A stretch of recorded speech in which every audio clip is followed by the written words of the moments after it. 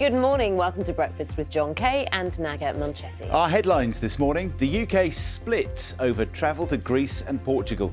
Strict new rules in Wales and Scotland, but no change elsewhere. Work on HS2 moves from preparation to construction, but the impact of coronavirus is deepening divisions over the high-speed rail line. Good morning from the top of Blackpool Tower, one of the UK's most famous landmarks. Now tonight the town's famous illuminations will be switched on a little differently to normal, and we'll be finding out how this and other seaside resorts have coped during an extraordinary summer. Good morning. Is the future really electric? The government wants to ban petrol and diesel cars by 2035, but customers aren't convinced. So I'll put some of the newest electric cars through their paces here in Bedford this morning. And good morning. A match too far for Andy Murray. He's been knocked out of the US Open overnight as he continues his return to the top level of tennis. Good morning. We've got a cooler, breezy day on the cards today with scattered showers, particularly across parts of Scotland and Northern Ireland too. I'll have all the details for today and for the weekend throughout this morning's programme. Good morning, everybody. Friday, the 4th of September, and our top story is there's more confusion this morning as the UK is divided over quarantine rules for people returning here from parts of Portugal and Greece. Passengers returning to Wales from mainland Portugal, Gibraltar and 6 Greek islands have to self-isolate for 2 weeks from today. Scottish tourists coming back from Portugal will have to do the same from tomorrow. England and Northern Ireland, there are no changes there. Andy Moore reports. British tourists arriving in Portugal yesterday afternoon before the new restrictions were announced by Wales and Scotland. Most were prepared for the possibility of quarantine on their return. I'm not afraid of the COVID here, and if they put the block on, they put the block on. Keep me here till October. I don't care. Well, yeah, because we'd already booked, so you lose money or take the chance and hope it doesn't get closed. Didn't stop us. We've been looking forward to come here, so it's good. You're not upset if you have to make quarantine? No, it's an extra 14 days holiday when we get home as well. What was a united approach by the 4 nations to foreign travel during the pandemic has now broken down, with different approaches based on the same scientific evidence. Unfortunately, with the spikes of COVID in certain destinations, certain countries, these corridors seem to be minimising and closing down one by one. We are a United Kingdom, but on this issue with regards to quarantine, each nation seems to be making up different rules. Wales and Scotland are imposing quarantine on travel from Greece and Portugal, whilst the situation remains unchanged in England and Northern Ireland. The government in Cardiff says it has identified at least 30 infections in people arriving from 6 Greek islands targeted as part of the restrictions.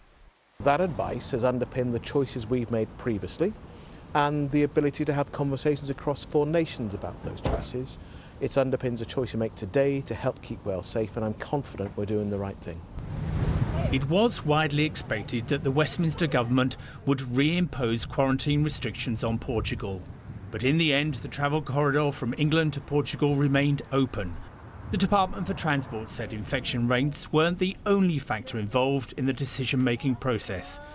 It also said that Portugal had drastically increased its testing capacity, as well as taking measures to stop the spread of the virus. Andy Moore, BBC News. And we're going to be talking to the Transport Secretary, Grant Shapps, at 7:30 this morning. So we'll put some of the travel issues to him. If you have any, of course, do get in touch with us in the usual way. I suspect quite a lot of people will have questions this morning.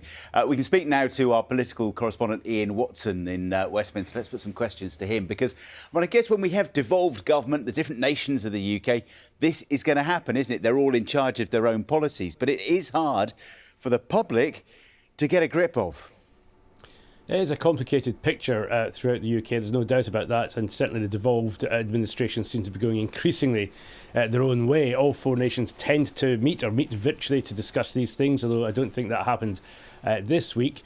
And they've got the same data to look at, but they're reaching different decisions, partly in some cases simply because of the number of people coming off specific flights from specific destinations who've subsequently tested positive. I think one of the most interesting aspects of this, though, is that the travel industry, of course, are complaining about the effect that quarantine is having on their industry, on the aviation industry. And it is interesting that Wales, for example, has taken a much more targeted approach than the rest of the UK. So although they've imposed, for example, quarantine on Portugal and England hasn't, nonetheless they've excluded the islands of Madeira and the Azores, where the prevalence of the virus is far lower. Equally, they were also insisting on quarantine from 6 Greek islands, not the Greek mainland.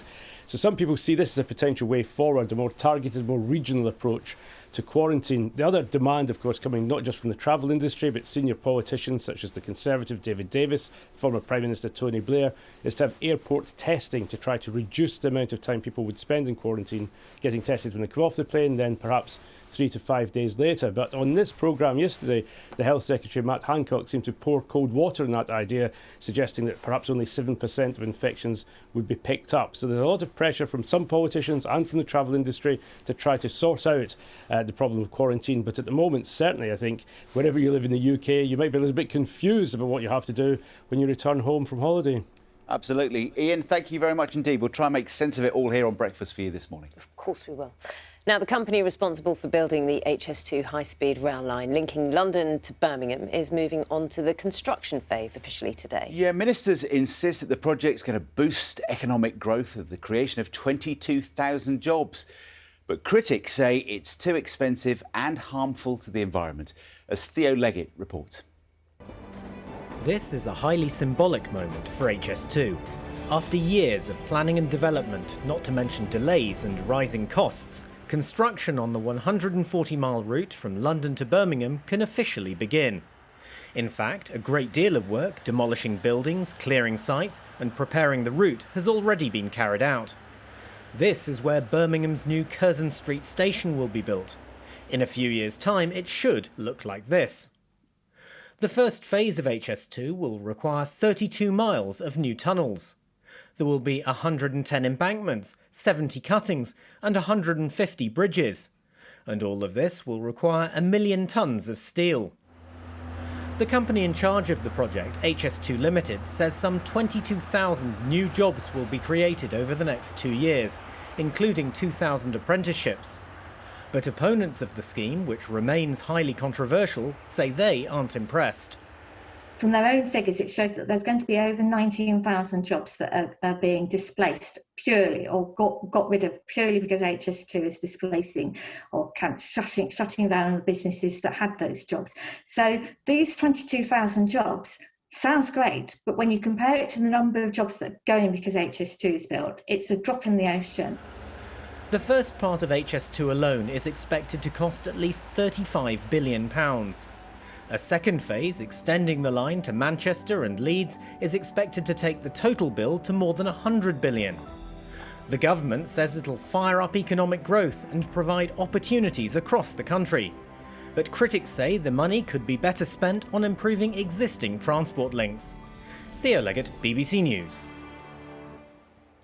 People in Leeds are being warned to follow coronavirus guidelines or risk tighter restrictions. The city is expected to be classed as an area of concern after its infection rate rose. The local council says the city has reached a, quote, pivotal moment in its efforts to control the spread of COVID-19. Sue Perkins is going on a 2,000-mile journey. Tell me what it feels like to see your family in this situation. To experience life on both sides of the US-Mexico border. My wife gave me this one. Nothing says I love you like a 12-ball shotgun. Right. Oh, I'm a long way from Croydon right now. Sue Perkins, along the US-Mexico border. Starts Monday at 9 on BBC One and iPlayer. We can talk to the Transport Secretary, Grant Shapps, who joins us from Westminster this morning. Good morning, Grant Shapps. Thanks for joining. Morning. It's a question many people are asking. Why are we just not, as 4 nations, more united in our approach to quarantine? Yeah, I mean, it is a bit similar to actually the way that, the lockdowns are being applied as well. And everyone's sort of quite used to that now. You'll get, a different approach in Scotland or Wales or Northern Ireland than you do in England. And it's similar, unfortunately, with the quarantining currently, where, we look at the data and then we do speak, but I'm afraid quite often coming to slightly different outcomes, which I realise is confusing for people. I don't think it is similar in terms of the lockdowns, because when you look at local lockdowns, you have individual areas and you have the rates in certain regions in the UK. Yet you have 4 nations looking at, say, one country, Portugal, for example, and they have the data for that country and then make a decision. So why aren't you all using the same scientific data? So the thing which you have a point. The thing which varies is actually the law, the way the law is drafted in each area. So, for example, in Scotland this week, I think it was on Wednesday, they took a decision without looking at the Joint Biosecurity Centre data, which we all have access to remove Greece. Now, they did that because they had some particular concerns about cases which had returned to Scotland from Greece. Now, we waited to see the Joint Biosecurity data this week on Greece, and indeed it actually showed a small fall in the number of cases per 100,000, which I should say and stress is only one of the many bits of data that we have to look at and the Joint Biosecurity Centre looks at. They also look at things like the test positivity rate as well, and the way it's been treated in the country. What about Portugal? Because last week you suggested, 20 cases per 100,000 is kind of a good mark to look at, countries that perhaps should go on the quarantine list. Portugal's currently at 23 per 100,000, so that's on the list for Scotland and for Wales. It's not on the list for Northern Ireland and England. That's right, yeah. So it's a very good example, and as you say, that's a useful benchmark, but it's not the only thing that the Joint Biosecurity Centre want to look at. And another thing which they look at very closely is the test positivity rate. That's the percentage of those tests which turn out to be positive. And in the case of Portugal, at the point that we looked at the data, their test positivity rate had actually fallen over the last fortnight. So that essentially means that if you test more people, of course, your number of positives per 100,000 will be more. Just as a product of having tested more people, we don't want to penalise a country for doing the right thing. What we're additionally interested in is how many of those tests were actually positive. So it's getting that, and in addition, how it's been treated, how fast it's moving, whether the government in that country has a plan in place, and many other factors to go with it. And Portugal is, as I think people have realised, on that borderline, but the opinion in Northern Ireland and England looking at that is it didn't justify quarantine this week, but we continue to monitor it very carefully. Remember, these things can change potentially in week as well if we see something take off. I'm afraid I know it's very frustrating. I've been there. I went to Spain on my family holiday, immediately had to put it into quarantine the day I got there, and returned myself leaving my family. So I've got every sympathy with people who found themselves stranded. I'm not sure if the sympathy necessarily needs to be with the fact that people have to quarantine. I think it's more the fact that there's nothing clear to follow in terms of numbers. So if you are planning to go on holiday, and I think people generally accept that, less testing levels or infection levels rates change, but there's no clear guidance in terms of, like, if you come on, say, last week saying 20 out of 100,000 is a level to look at. So you then look at Portugal and you see the number rising. So say you're out there, you book a flight, you pay extra for tickets to come back, and then the rules change, so people have wasted money. What would you do? Where can you go as a member of the public who wants to go on holiday, take a break, support the travel industry? What can you look at to kind of say, at least I was as informed as possible to stop myself from losing money? That level per 100,000 is a rule of thumb, but it's only a rule of thumb. And actually, for those who are interested, I've tweeted about this extensively on several occasions, including last night and a couple of weeks ago, actually, the day that Portugal came into the corridor, to explain all of the various different measures. And I don't know, there are at least a dozen different things which the Joint Biosecurity Centre will look at to make this. And I suppose to get to the nub of your question, travelling always has a certain amount of uncertainty, and of course with coronavirus it's more uncertain than it's been at any other time, and it is just the nature of this virus that it is very, very difficult to predict. A very good example a week or two ago is we had to remove Jamaica. Well, Jamaica the week before had a very low rate of infection, and it suddenly took off. That's not been the situation in Portugal. It's been a gradual rise, and as I say, some other figures were going in the opposite direction, including the number of tests which were actually positive out of the total quantity that they were doing. Shall we talk about HS2? Can you be clear about what stage are we at now, or what stage is construction at? Is it the official construction phase that begins today? What does that mean? That's right, that's exactly it. And there's been 3 years of preparatory work, and I know this has been a controversial project, and when I came in we set up the OKV review to see whether we were even going to go ahead with it. We decided that we would. It helps to level up the country. It's going to produce a better journey times and a lot of jobs, and today is, if you like, spades in the ground up in the West Midlands for the first time. The actual construction of parts of the of one of the stations, part of the route proper, goes ahead, and this is 22,000 jobs over the next few years on just that first section, which is the Birmingham to London section. So a lot of apprentices will be taken on, a lot of high quality engineering jobs, and I know that we're obviously stuck thinking about coronavirus a lot of the time at the moment, but it is a sort of indication that we're passionate about the future and improving lives and levelling up communities and all the rest of it, so we can get about in the future. You said 22,000 construction jobs will be created in the coming years. The Stop HS2 campaign claims that jobs permanently displaced will be around 19,500. So the net total over the next few years of jobs created is more like 3,000. Do you agree with that figure? No, I don't. I don't accept those figures at all. And Stop HS2 obviously have a particular point to push. I came and looked at HS2 pretty much neutrally. I hadn't, before being Transport Secretary a year ago, been deeply involved in the subject. But I'll tell you what, the argument that somehow making it easier to get about and doing so in a clean environmental way is somehow going to destroy jobs in the long run overall, I think is totally untrue. How many jobs will be displaced? Well, I'm not really aware how they've come up with those figures, I'm afraid, because if you look at, for example, I was up in Birmingham, I know that HSBC have moved to Birmingham.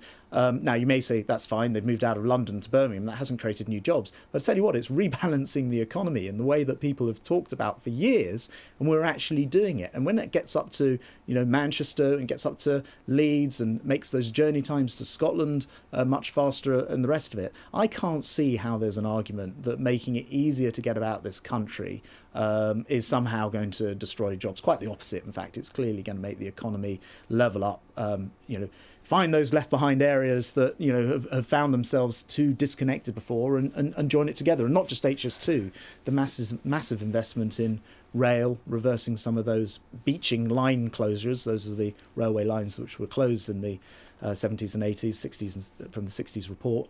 And making sure that the country's connected. How can that be a bad thing? Have you thought about the disconnection between some rail stations? It's been pointed out Birmingham, for example, has 3 disconnected city centre railway stations. HS2 will add a 4th, but there won't be any easy connections to existing train services. Also, HS2 won't be serving London Heathrow. There's criticism that it's not connecting thoughtfully.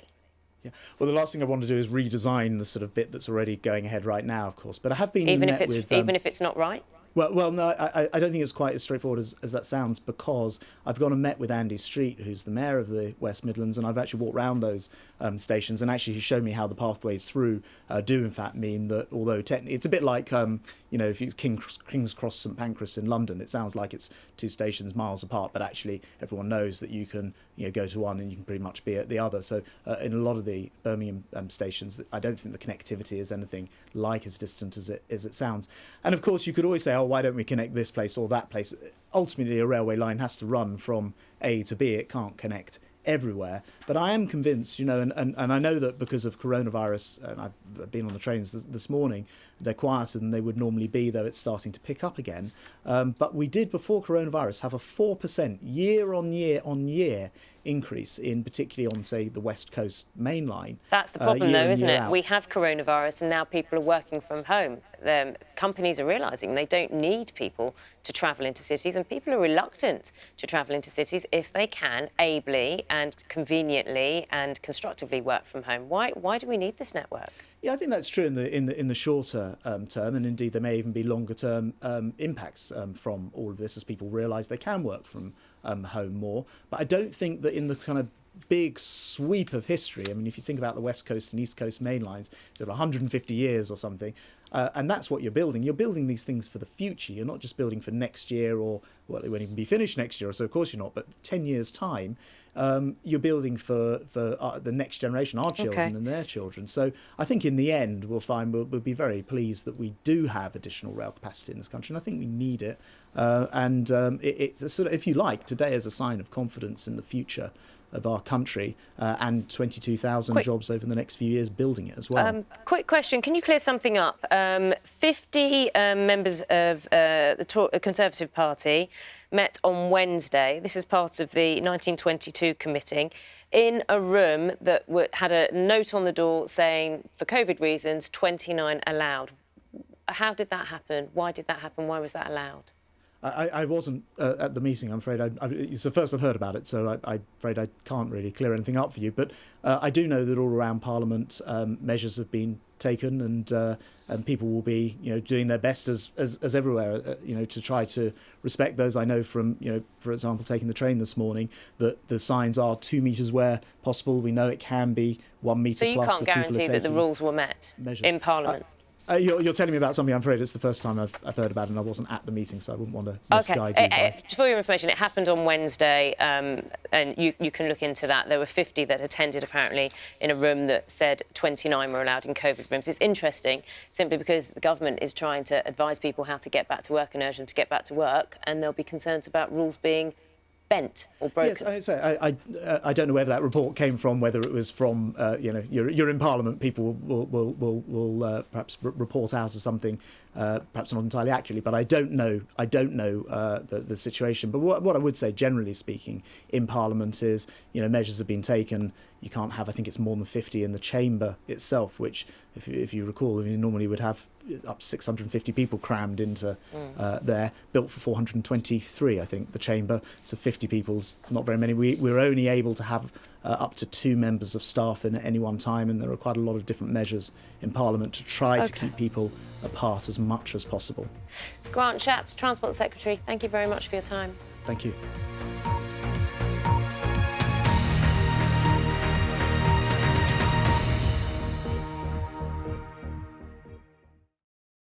See the headlines as they happen and watch BBC News live in the app and get the full story with bbc.co.uk/news. Follow the story for all the latest with BBC News.